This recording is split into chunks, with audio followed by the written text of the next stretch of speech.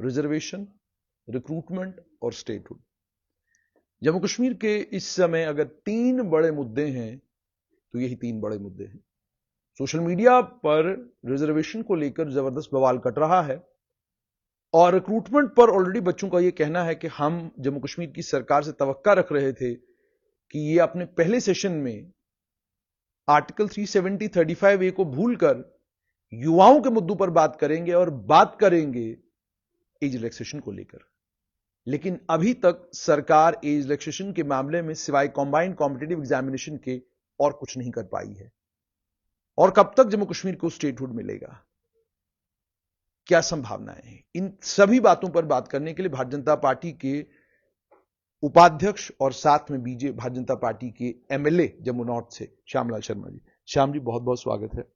श्याम जी, सबसे पहले रिजर्वेशन का एक ज्वलंत मुद्दा है, सोशल मीडिया के ऊपर जबरदस्त बहसबाजी इसमें हो रही है। श्रीनगर म्युनिसिपल कॉर्पोरेशन के पूर्व मेयर कह रहे हैं कि जनाब जितनी भी रिजर्वेशन आपने कास्ट की बुनियाद पर या बाकी बुनियादों पर दी, इसको रिव्यू करिए और जहां आपको लगता है कि ज्यादा है इसको विड्रॉ कीजिए। पीडीपी के नेताओं की अगर बात की जाए तो ट्विटर के अलग अलग स्पेसेस में जाकर ये कह रहे हैं कि रैशनलाइजेशन की जरूरत है, 70% किसी भी तरीके से जस्टिफाइड नहीं है और हमला हर जगह भारतीय जनता पार्टी के ऊपर है कि आपने ST2 को 10% देकर ये इतना बड़ा बवाल जो है आपके कारण खड़ा हुआ है।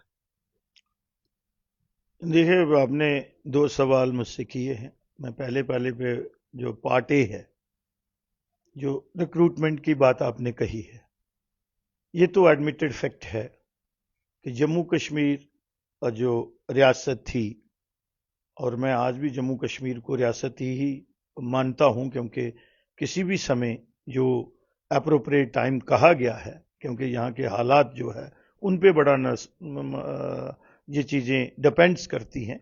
और यहाँ की जो पॉलिटिकल पार्टी हैं और ख़ासकर जो ट्रेजरी बेंचेस पे पार्टी है, उसका एक्टिविटी और बिहेवियर जो है उस पर ये बहुत डिपेंड करता है, क्योंकि हिंदुस्तान की और किसी भी सरकार की जो प्रायोरिटी होती है वो सबसे पहले है लोगों की जानो माल की हिफाजत, यहाँ नॉर्मलसी लाना। और जिस तरह से वो पिछले 1.5 महीने से बिहेव कर रहे हैं, लगता नहीं है कि वो नॉर्मलसी की तरफ बढ़ने की कोशिश कर रहे हैं। वो उल्टा ऐसे लूज इशू डेलिबरेटली अटेम्प्ट है सरकार की, हालांकि होनी नहीं चाहिए।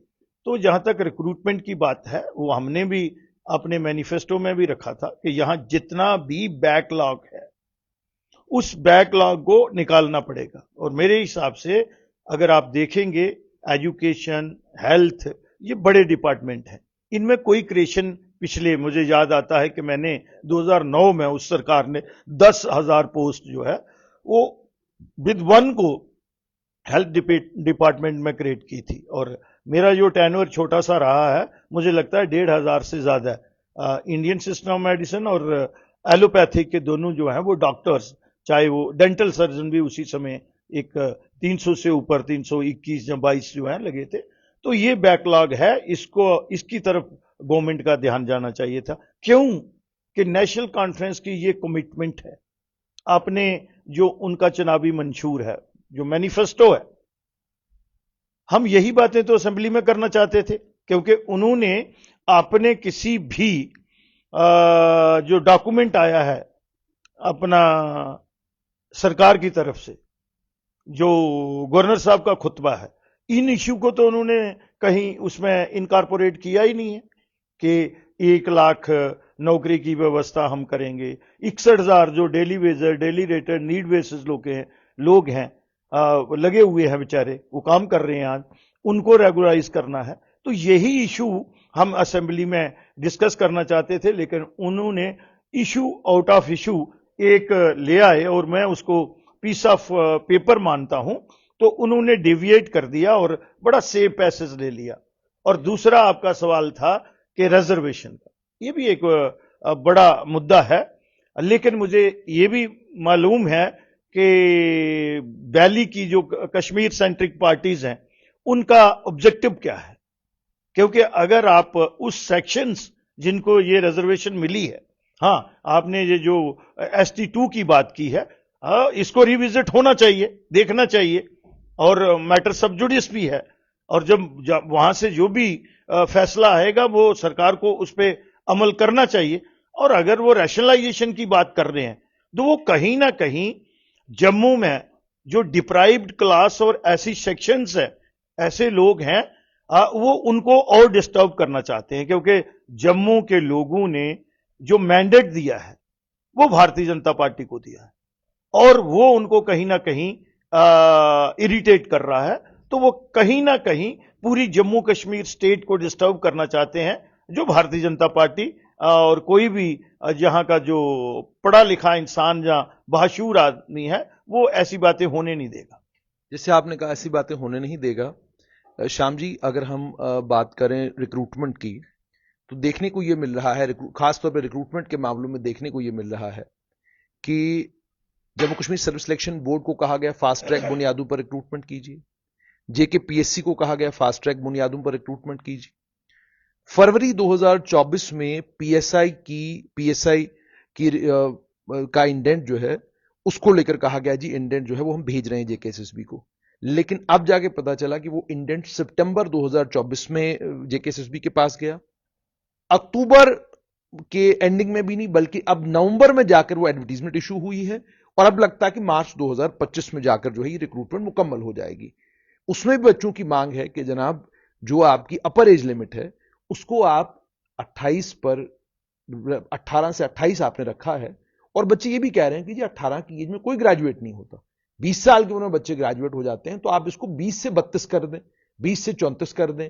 और इस बात का भी ख्याल करें कि 8-8, 9-9 साल के बाद यहां रिक्रूटमेंट आती है, हमें मौका नहीं मिलता इम्तिहान में बैठने का।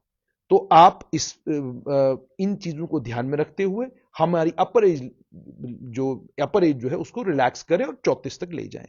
आपसे जानना चाहूंगा कि भारतीय जनता पार्टी का मत इसको लेकर क्या है, एज रिलैक्सेशन को लेकर क्या है, और दूसरा, क्या आप भी ये मानते हैं कि जिस पेस पर रिक्रूटमेंट जम्मू कश्मीर में होनी चाहिए थी उस पेस पर रिक्रूटमेंट नहीं हो रही है? वही तो बात कह रहा हूं मैं कि 40,000 जो सैंक्शन पोस्ट हैं, अगर वो होल्ड पे हैं और वो बैकलॉग में है तो एक्सपीडाइट करना चाहिए सिस्टम को। और दूसरी बात जो आपने एज रिलैक्सेशन की है वो एडमिटेड फैक्ट है, बच्चों का कसूर तो नहीं है। वन टाइम रिलैक्सेशन, चाहे ये कैब लगा दो कि वन टाइम रिलैक्सेशन जो है वो उनकी जेन्युइन डिमांड है, लेकिन ये काम जो है वो सरकार ने करना है। और सरकार जो है मुझे लगता है कि सिर्फ they are just passing the box, वो कर कुछ नहीं रहे हैं, लेकिन पब्लिक डोमेन में इशू टास्क कर रहे हैं सो दैट के यहां अनसर्टनिटी हो। इस किस्म की बात नहीं होती। सरकार का काम है इशू उनके सामने आया उसको एड्रेस करना, और उसमें किंतु परंतु नहीं होना चाहिए। तो अगर सरकार इसमें सीरियस होती तो उन्होंने कैबिनेट मीमो लगाना चाहिए था और फिर वो ऑनरेबल लेफ्टिनेंट गवर्नर साहब के पास भेजना चाहिए था, और फिर जो भी प्रक्रिया है उसको पूरा करके। तो मुझे लगता है कि वन टाइम रिलैक्सेशन जो है, सरकार की डेफिनेशन ही ये होती है, सहायता, और वो डिमांड कर रहे हैं। ये ढिलाई जो हुई है, ये जो टाइम गुजरा है, ये तो उनके बच्चों के पार्ट पे तो नहीं कोई ऐसी फेल है। अगर कहीं हुआ है तो वो डिपार्टमेंट जो रिक्रूटमेंट एजेंसी हैं, they are accountable, they are answerable for that. जैसे आपने कहा वो आंसरेबल हैं, तो श्याम जी, जैसे आप भी मानते हैं इस बात को कि हाँ वाकई ढिलाई हो रही है, लेकिन क्या ये बात भी आप मानेंगे कि पिछले 5 सालों में जो विश्वास बच्चों का रिक्रूटमेंट के ऊपर, कि फेयर रिक्रूटमेंट हो रही है, ट्रांसपेरेंट रिक्रूटमेंट हो रही है, आप क्या मानते हैं? आपका खुद का एक्सपीरियंस है, लंबा अनुभव है आपके पास भी, अगर जम्मू कश्मीर के रिक्रूटमेंट का इतिहास ध्यान में रखा जाए तो पिछले 6 सालों में जो रिक्रूटमेंट हुई है उसको आप कैसे देखते हैं, इतिहास में जो कुछ हुआ है उसको ध्यान में रखते हुए? देखिए, पहले तो पिक एंड चूज होता था, एडमिटेड फैक्ट है, हम भी इसी सिस्टम में हैं, लेकिन इसी में 6 साल की बात नहीं करूंगा, अब 2 साल से जो एक बहुत बड़ा स्कैंडल जहां पे हुआ था, उसके बाद एजेंसियां जो हैं वो अलर्ट हो गई, और अब जो रिक्रूटमेंट हो रही है, चाहे कुछ भी हो, अलाइड सर्विसेज की हो, नीट के एग्जाम हो या बाकी चीजें हो, यहां आप देख रहे हैं, और कहीं किंतु परंतु नहीं। पुलिस की रिक्रूटमेंट भी हुई, उसमें भी संख्या अगर आप देखेंगे तो बहुत ज्यादा भी थी, लेकिन अब वो किंतु परंतु नहीं। कम से कम ट्रांसपेरेंसी तो आई, जिसको भी मिल रहा है वो मेरिट और एलिजिबल क्राइटेरिया फुलफिल कर रहा है। और मुझे लगता है कि रिक्रूटमेंट ऐसी होनी चाहिए, कहीं किसी की काबिलियत को यहां जबा किए गए हैं। यहां नॉन पीएससी लोग किए बगैर भी गवर्नमेंट में केएस अफसर और केपीएस बने हुए हैं, डॉक्टर बने हुए हैं। मेरे पास मैं लिस्ट दे सकता हूं आपको। यहां तो पहले वो जिसको रूल ऑफ लॉ कहते हैं आप, वो था ही नहीं, तो इन एजेंसियों ने कहां काम करना था, बुलाया जाता था, ये लोग हैं इनको एडजस्ट। मैं आपको एक बात बताता हूं, जब मैं नया नया मिनिस्टर बना तो मेरे पास 466 डॉक्टरों की एक लिस्ट आई। एक डॉक्टर जो थी वो गोल्ड मेडलिस्ट थी रियासी की, आज भी मुझे याद है, वो उस सिलेक्शन लिस्ट में नहीं थी। लेकिन एक उस समय के पीएससी मेंबर थे, उसके 3 बच्चे जो हैं उस लिस्ट में थे, और एक को 14 अटेम्प्ट थी। जबकि ये मेडिकल काउंसिल ऑफ इंडिया या डेंटल काउंसिल ऑफ इंडिया का ये राइडर है कि 5 से ज्यादा अटेम्प्ट वाला जो है जो पीएससी में अपीयर नहीं हो सकता। तो वो उस समय एक ही, और मैं नाम भी कोट कर सकता हूं लेकिन आज नहीं करूंगा, क्या पता वो श्रीमान है, और मंत्री के 2 मंत्रियों की बेटियां थी उसमें, और एक को उस समय 250 वाइवा के नंबर्स दिए जाते, एक को 247 मिले हुए थे, और आज भी इस गवर्नमेंट में वो कहीं ऊंचे पद पे है। ये काम करते थे, जो बोलते हैं हम बड़े साफ शफा हैं, बाकी चीजें, तभी तो यहां ये कत्लो गहारत हुई। ऊपर वाला भी देख रहा है और यहां के लोगों को भी इंसाफ नहीं दिया, तभी ये जम्मू कश्मीर स्टेट जो है वो डिस्टर्ब हुई है।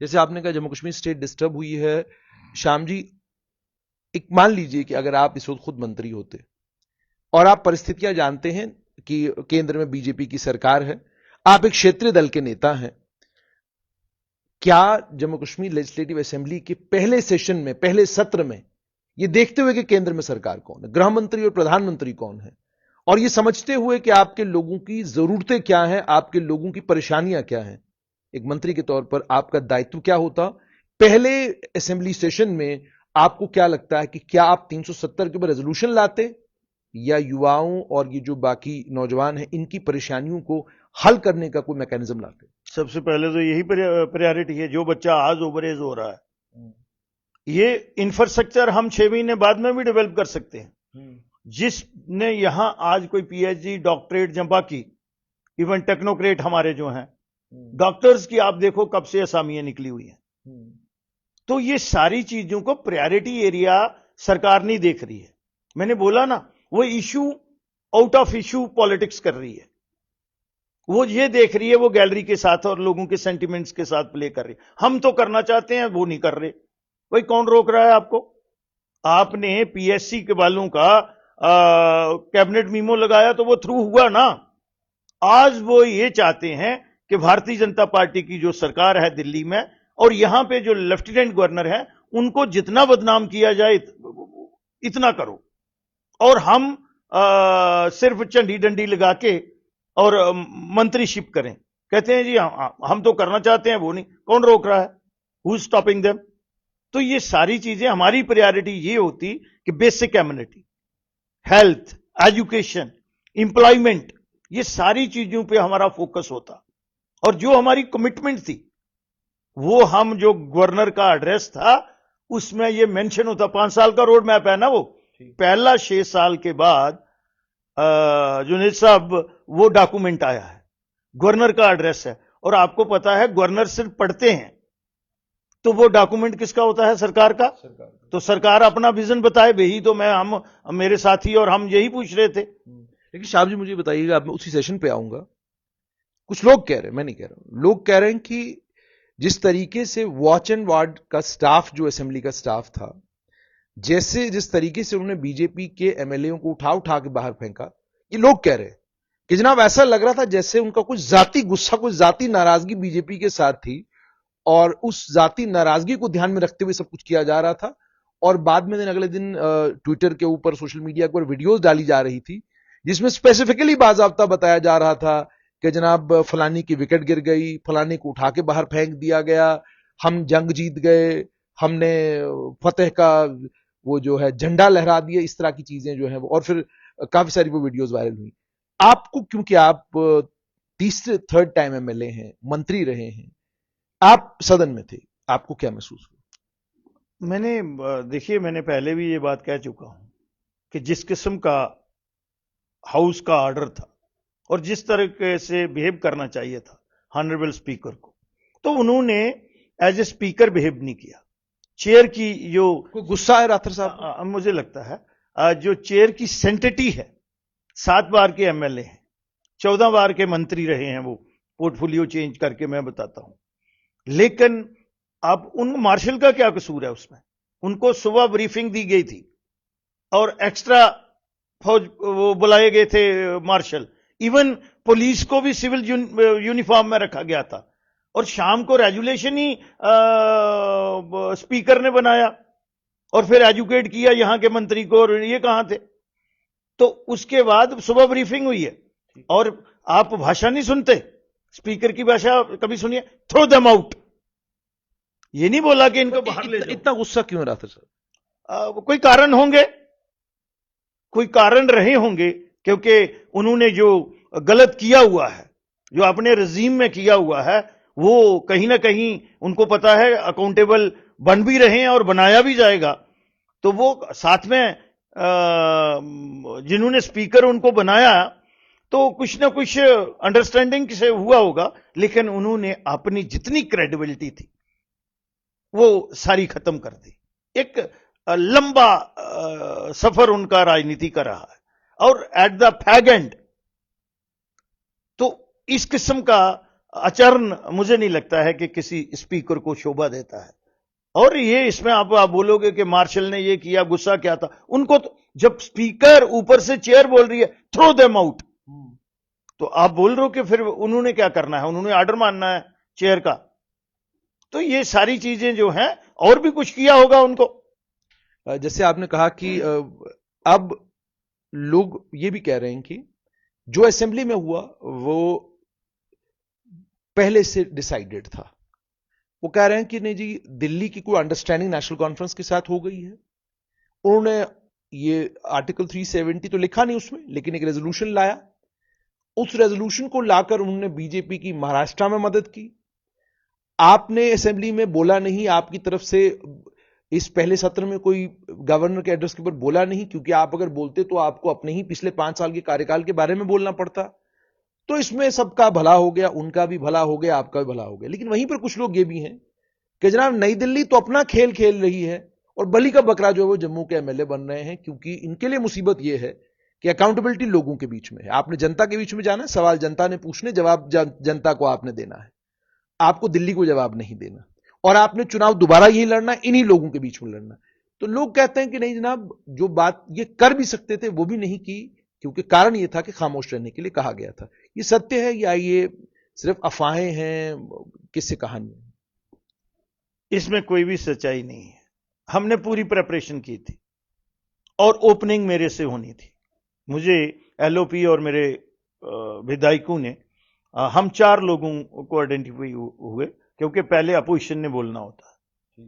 तो मुझे लीडर ऑफ अपोजिशन और बाकी साथियों ने बोला कि ओपनिंग आप करेंगे, और अगर वो होता, तैयारी होती, फिर आप देखते कि हम क्या कहते हैं। यही बातें पूछने 38 कमिटमेंट हैं नेशनल कॉन्फ्रेंस की लोगों के साथ, और विद इन 3 मंथ बोला है उन्होंने।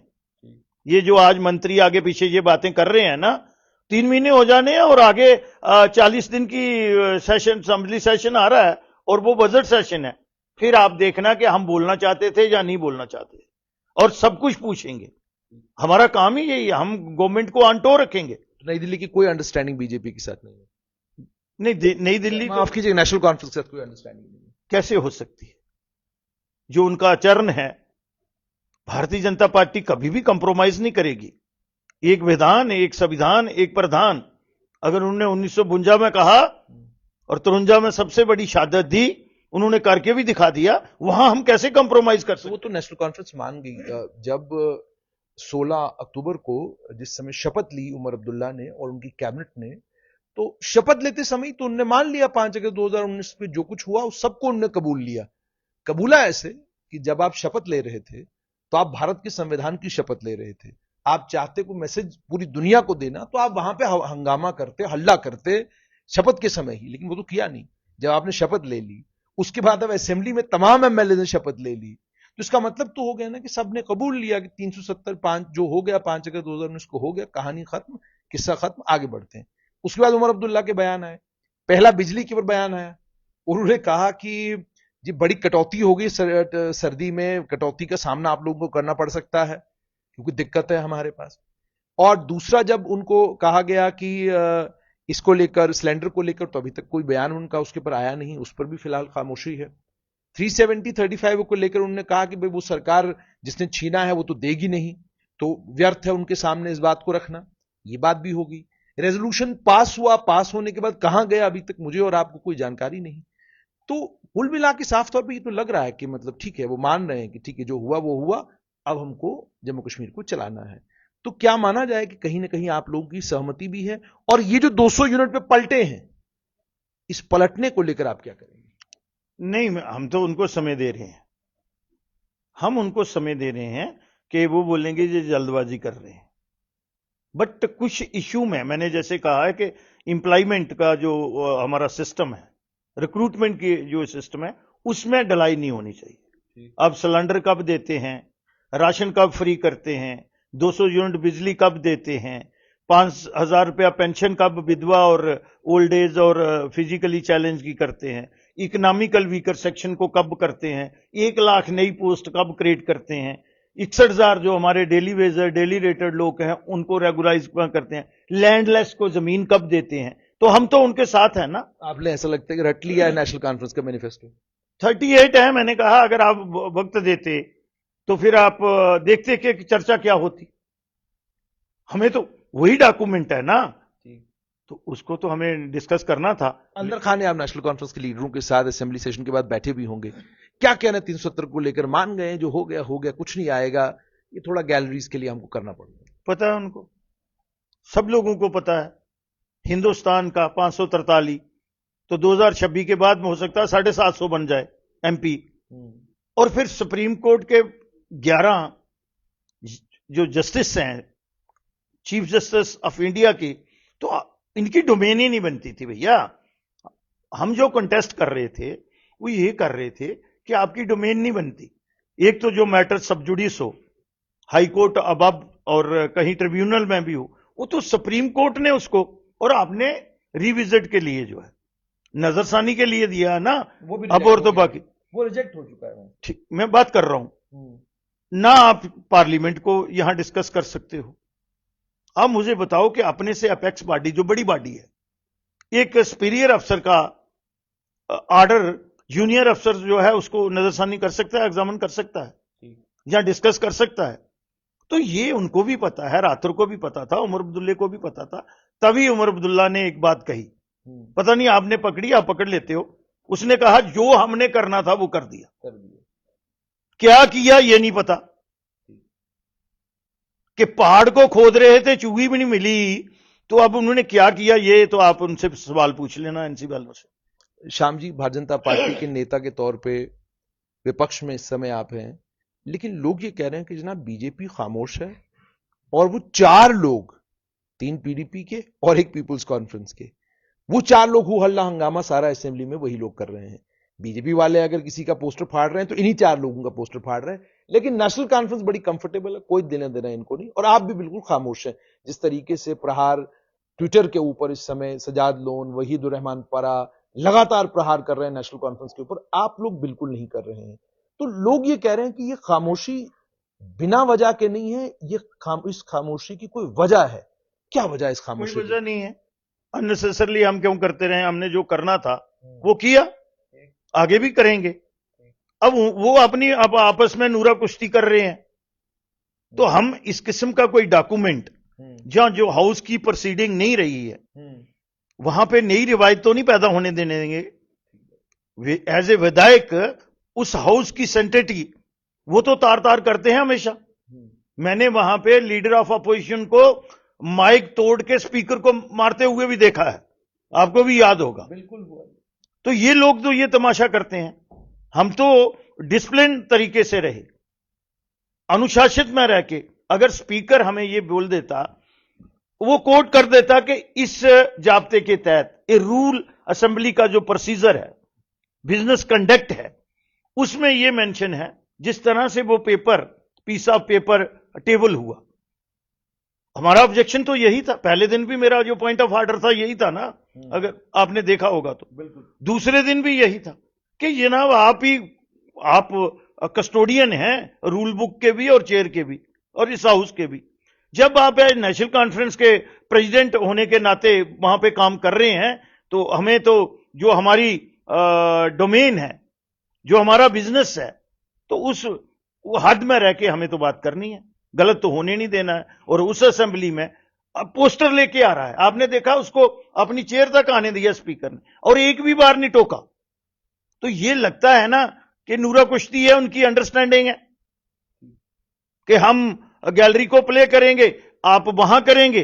तो हमें तो भाई राष्ट्र को और संविधान की रक्षा करने के लिए जम्मू के लोगों ने चुन के भेजा है, उसके साथ ना तिरंगे झंडे के साथ या राष्ट्र के साथ, और ना ही हम देश की एकता और अखंडता के साथ, और ना विधानसभा की जो सेंटिटी है उसकी मर्यादा में उल्लंघन नहीं करने देंगे।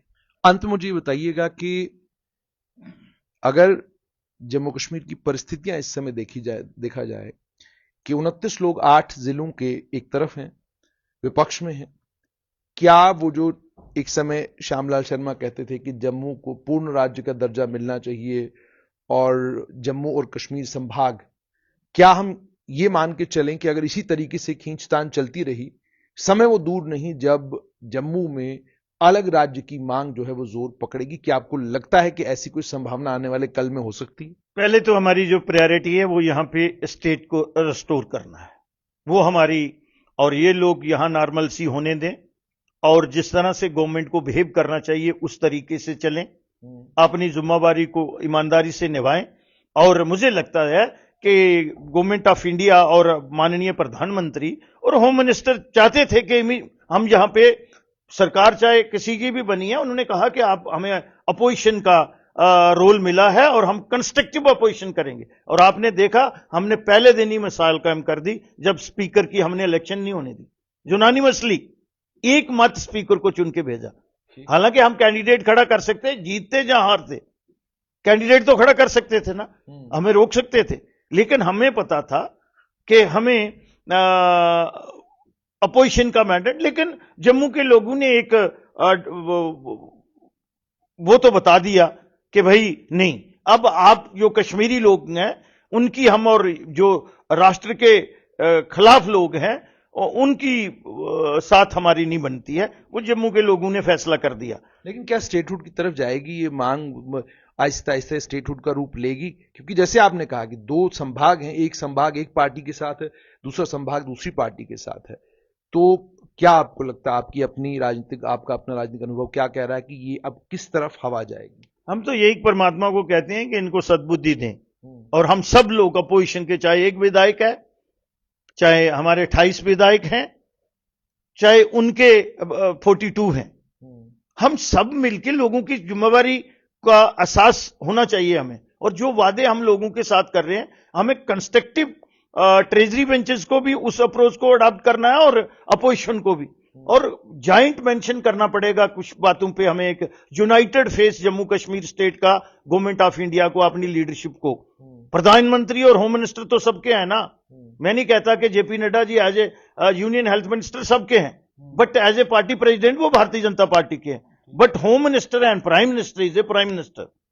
तो हमने तो ये भी कहा भाई हम इकट्ठे कुछ इशू जो हैं, यही जो इनकी कमिटमेंट है, अगर ये ठीक रास्ते पे चले तो हम इनको सपोर्ट सप्लीमेंट करेंगे यहां भी और आगे भी, क्योंकि वो लोग जम्मू कश्मीर में कुछ करना चाहते हैं, यहां डेमोक्रेसी को भी प्रमोट करना चाहते हैं जो इन्होंने नहीं होने दी, 3 टियर सिस्टम को इंपावर करना चाहते हैं, बाकी चीजें भी करना चाहते हैं, एक टूरिज्म हब बनाना चाहते हैं, यहां हॉर्टिकल्चर को किस तरह से प्रमोट करना है, हेल्थ टूरिज्म को किस बड़ा विजन लेके गवर्नमेंट ऑफ इंडिया चल रही है।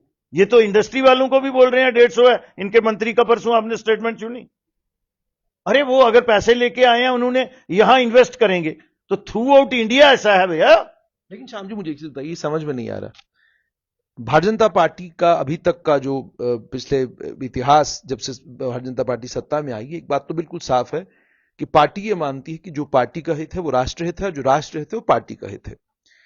अगर ये बात आपकी पार्टी की है तो एक वो पार्टी जो सत्ता में इस समय जम्मू कश्मीर में है, उसका जनाधार जम्मू संभाग में भी है, कश्मीर संभाग में भी है।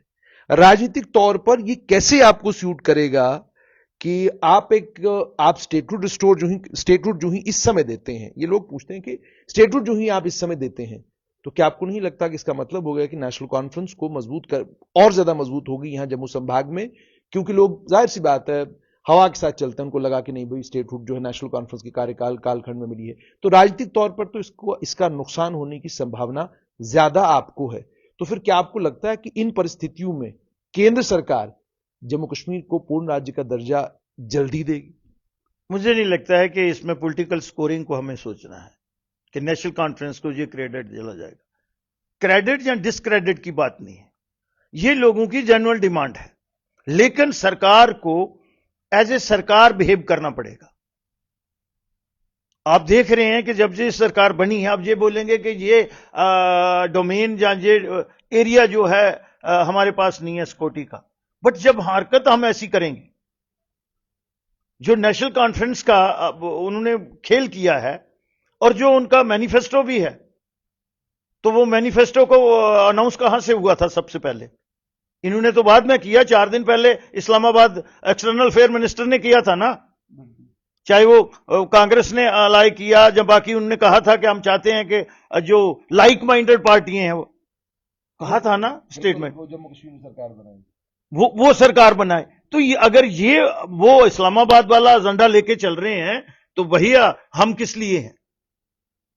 हम चाहते हैं जल्द से जल्द, और हमारी लीडरशिप भी चाहती है कि जल्द से जल्द यहां स्टेट रिस्टोर हो। अपने हक हकूक पहले भी हैं, लेकिन लोग ये महसूस नहीं करें कि हमें यूनियन टेरिटरी रखा हुआ है, हमारी डिमोशन हुई है। बट 6 साल के बाद इलेक्शन होती है, भारतीय जनता पार्टी कंस्ट्रक्टिव अपोजिशन करने के लिए, जाने के लिए बिल्कुल वचनबद्ध है और तैयार है, और हम पहले दिन ही कोई इस किस्म का बखेड़ा नहीं करना चाहते। वन वॉइस जो है वो स्पीकर चुन के आ जाता है, और फिर उसके बाद ये शरारत करते हैं जिस तरह से 1931 से लेके फिर 1952 में, फिर 53 में, फिर 1964 में, फिर 74 में जो जी पार्थासारथी, ये इन्होंने एक खेल थोड़ा खेला है। तो ये कब तक चलेंगे? इमोशनल अप्रोच नहीं होनी चाहिए हमारी। हम सेंटिमेंट्स के साथ खेल रहे हैं जम्मू कश्मीर के लोगों के। आपने एक रिकॉर्ड में स्टेट करना चाहता हूं, आपने कहा कि उस पार्टी का दोनों तरफ जनाधार है, अब भारतीय जनता पार्टी का भी उधर जनाधार है। 8 सीटों पे नंबर 2 रहे हैं हम, ठीक है ना? तो आगे बढ़ रहे हैं। यहां ये बोलते थे कि तिरंगा झंडा उठाने वाला कोई नहीं मिलेगा, आज कमल का फूल लेके लोग लाल चौक, इंटीरियर, सोपर, शुपिंगियां जैसी जगह में हम नंबर 2 रहे। 4 राउंड तक तो फर्स्ट आते। तो वहां भी अगर वोट संख्या देखेंगे तो ये बात नहीं है। इधर कहा जाता है संगठन में चरेवेती चरेवेती चरेवेती, तो अब आगे चलते जाएंगे। हमें राष्ट्र को मजबूत करना है और अखंड भारत जो है, अब ये नहीं, कहां है डिस्प्यूट जम्मू कश्मीर? खुद इन्होंने एडमिट किया है, शेख अब्दुल्ला प्राइम मिनिस्टर से चीफ मिनिस्टर बन गया, और फिर भी तो ये कहीं ना कहीं गैलरी से प्ले करते हैं। बहुत बहुत शुक्रिया। तो आपने सुन लिया कि भारतीय जनता पार्टी के जम्मू नॉर्थ से एमएलए श्यामलाल शर्मा का ये कहना है कि ये 370 की बात हो, 35 की बात हो, ये केवल और केवल कैमरों के लिए सब कुछ हो रहा है। हकीकत से नेशनल कॉन्फ्रेंस भी वाकिफ है। और एक बहुत बड़ी बात इन्होंने ये कही कि जो नेशनल कॉन्फ्रेंस का इलेक्शन मैनिफेस्टो है, उसमें जो वादे इन्होंने लोगों के साथ किए हैं, अगर उन वादों को पूरा करने के लिए ये कोशिश करेंगे तो हम भी इनकी पूरी मदद करेंगे, मगर वो वादे राष्ट्र हित में होने चाहिए। वो वादे वो होने चाहिए जो जम्मू कश्मीर के आम लोगों का भला करें, ना कि 370 और जो जेल में अलगाववादी हैं उनको आजाद करने वाले।